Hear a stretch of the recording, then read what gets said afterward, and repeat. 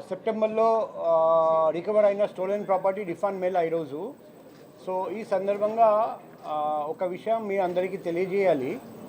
మన వైజాగ్ నగరంలో మొట్టమొదటిగా ఒక కొత్త సిస్టమ్ అమలు చేయబోతున్నాం.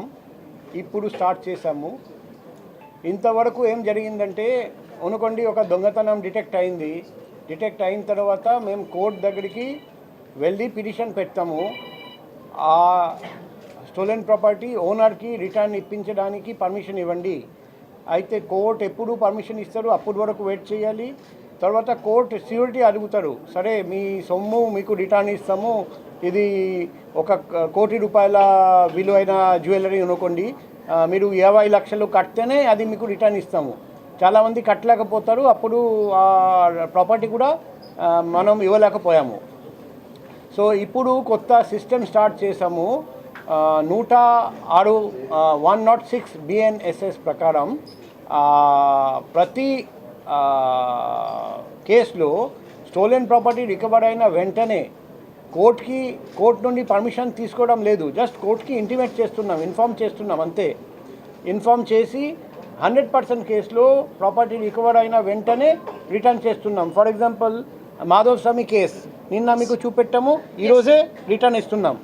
ఈ కొత్త సిస్టమ్ ప్రకారం స్టార్ట్ చేస్తున్నాం. దానివల్ల 2 బెనిఫిట్స్ ఉంటాయి. నెంబర్ 1, అనుకోండి నా ఇంట్లో దొంగతనం జరిగింది, నాకు తెలుసు దొంగని పట్టుకున్నారు పోలీసు వాళ్ళు, మొత్తం ప్రాపర్టీ రికవర్ చేశారు.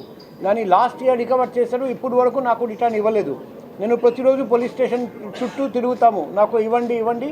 పోలీసు వాళ్ళు చెప్తారు కోర్టు నుండి పర్మిషన్ రాలేదు. తర్వాత కోర్టు ఆర్డర్ ఇస్తారు. తర్వాత పోలీసు వాళ్ళు చెప్తారు సీక్యూరిటీ మీరు కట్టలేదు, అందుకే రిటర్న్ చేయలేకపోతున్నాం. ఇప్పుడు నుండి ఆ ప్రాబ్లం రాదు. నెంబర్ 1. నెంబర్ 2, అంత టైము ఆ జ్యువెలరీ, వెండి, బంగారము, వజ్రము, క్యాషు అంతా స్టేషన్లో పెట్టాల్సి వస్తుంది. ఆ స్టేషన్ నుండి అప్పుడప్పుడు మాయమైపోతుంది. అప్పుడు ఎవరు దొంగతనం చేశారు స్టేషన్ నుండి అది ఎంక్వైరీ పెట్టండి, అందరినీ సస్పెండ్ చేయండి, అందరి మీద డిసిప్లినరీ యాక్షన్ ఉంటుంది. ఇవన్నీ పెద్ద పేపర్లో మీకు మంచి ఐటెం వస్తుంది రాయడానికి, పోలీసే దొంగ అని. సో ఇవన్నీ జరగదు ఇప్పటి నుండి, ఎందుకంటే వెంటనే మేము రిటర్న్ చేస్తున్నాం. బాధితులు కూడా ఇమీడియట్గా హ్యాపీ ఫీల్ అవుతారండి, పోలీస్ కూడా ఇమీడియట్గా హ్యాపీ ఫీల్ అవుతారు, పత్రికలు కూడా ఇమీడియట్గా హ్యాపీ ఫీల్ అవుతారండి. సో ఇది అందరికీ విన్ సిచ్యువేషన్. మేము వైజాగ్ నగరంలో ఫస్ట్ టైం మొదలు పెడుతున్నాం.